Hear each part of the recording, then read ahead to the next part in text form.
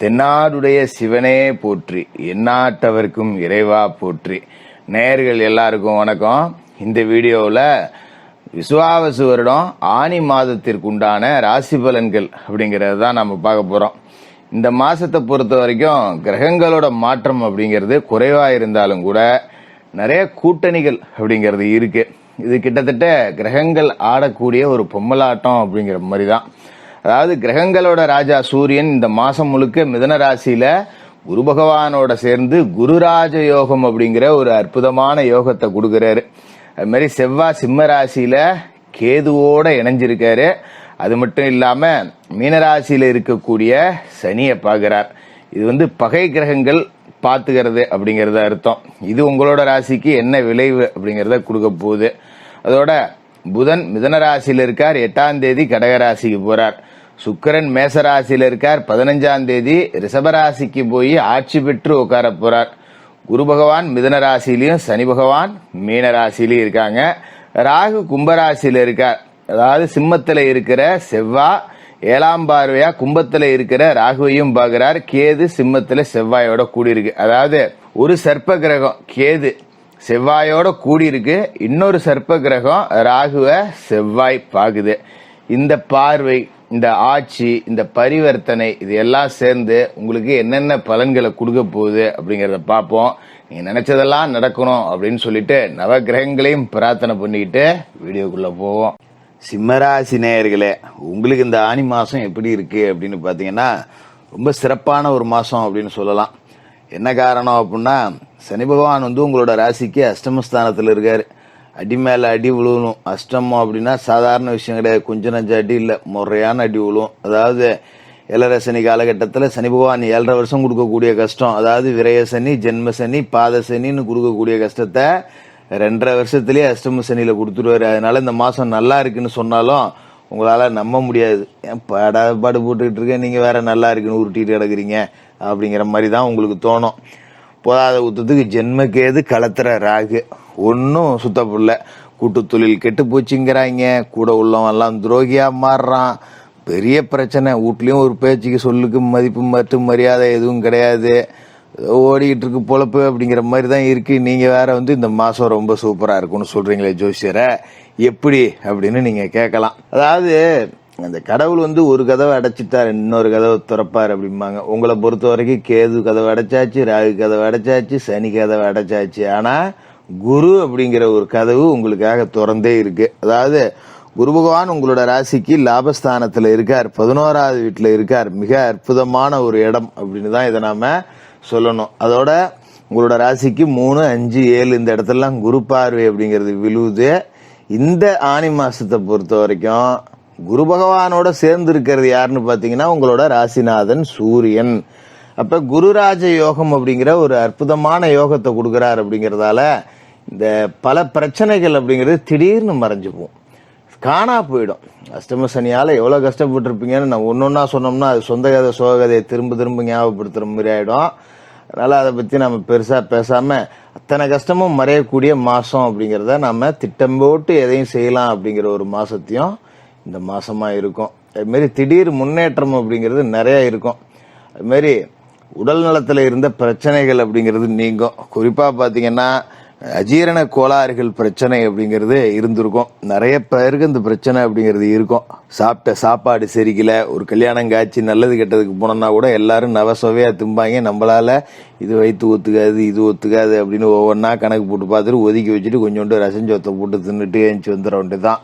அந்த மாதிரி நிலைமை அப்படிங்கிறது இருக்கும். அதெல்லாம் இதுக்கு மேல சரியாயிடும், நீங்க பயப்பட வேண்டியது கிடையாது. அது மாதிரி குடுக்கல் வாங்கல்ல இருந்த பிரச்சனை சரியாகும். எவனுக்காக நல்லது செய்ய போய் ஜாமீன் போட்டு பணம் வாங்கி கொடுத்துருப்பீங்க, அர்ஜென்ட் ஆஸ்பத்திரி செலவுன்னு இருப்பான், இல்ல பிள்ளைக்கு பள்ளிக்கூடத்துல சேர்க்கணும், இது மாதிரி ஏதாவது ஒரு செலவு கொண்டாந்து நம்மள்ட்ட சொல்லியிருப்பாங்க. நம்மகிட்ட 10 ரூபா இல்ல, நம்மளே தான் பாடுபடுறமேன்னு நினைக்காம ஏறிப்போ கஷ்டம்னு சொல்றானேன்னு யாருக்கிட்டையாவது ஒரு ஜாமீன் ஜவாப்தாரி ஏற்றிட்டு கடனை வாங்கி கொடுத்து அதால படாத பாடுபட்டுக்கிட்டு இருப்பீங்க. வீட்லயும் கெட்ட பேரு, உன்னையாவையா வாங்கி கொடுக்க சொன்னான் அப்படின்னு சொல்லி வீட்டுல தேவையில்லாத பிரச்சனை இருந்திருக்கும் இல்லையா. அது எல்லாம் இதுக்கு மேல சரியாயிடும். 10 ரூபா கடன் பிரச்சனை இல்லாம கௌரவத்தோட இருக்கலாம். சிம்மராசிக்காரர்களுக்கு அதான் பிடிக்கும். பசிபட்டினி கிடந்தாலும் கிடந்துருவோம், நம்மளை பார்த்து ஒருத்தன் ஒரு வார்த்தையை சொல்லிடக்கூடாது அப்படின்னு நினைக்கக்கூடிய கௌரவஸ்தர்கள் சிம்மராசிக்காரர்கள்.